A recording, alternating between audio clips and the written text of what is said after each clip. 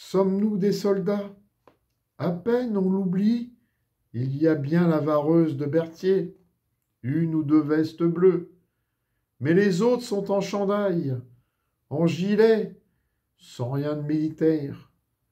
De Machis s'est même fait envoyer un gros pyjama à Brandebourg de soie, ce qu'il a définitivement perdu dans l'esprit du village nègre et désigné à la malveillance tenace de Morache.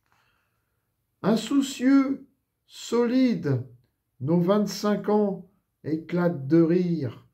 La vie, c'est un grand champ devant nous, où l'on va courir, mourir.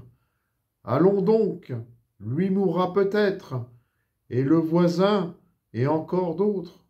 Mais soit on ne peut pas mourir, soit cela ne peut pas se perdre d'un coup, cette jeunesse, cette joie, cette force dont on déborde. On en a vu mourir 10, on en verra toucher 100, mais que son tour puisse venir, d'être un tas bleu dans les champs, on n'y croit pas. Malgré la mort qui nous suit et prend quand elle veut ceux qu'elle veut, une confiance insensée nous reste. Ce n'est pas vrai, on ne meurt pas.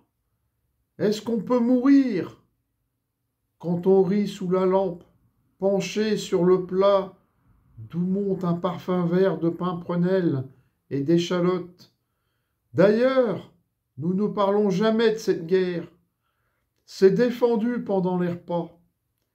Il est également interdit de parler argot, de s'entretenir du service. Pour toute infraction, il faut verser 2 sous d'amende à la cagnotte. C'est notre jeu de tous les jours. Ricordo, notre nouveau sergent, mange ses 18 sous de solde.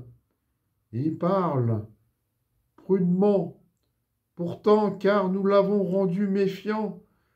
Mais Sulfare trouve toujours des ruses nouvelles pour amener la conversation sur le terrain glissant.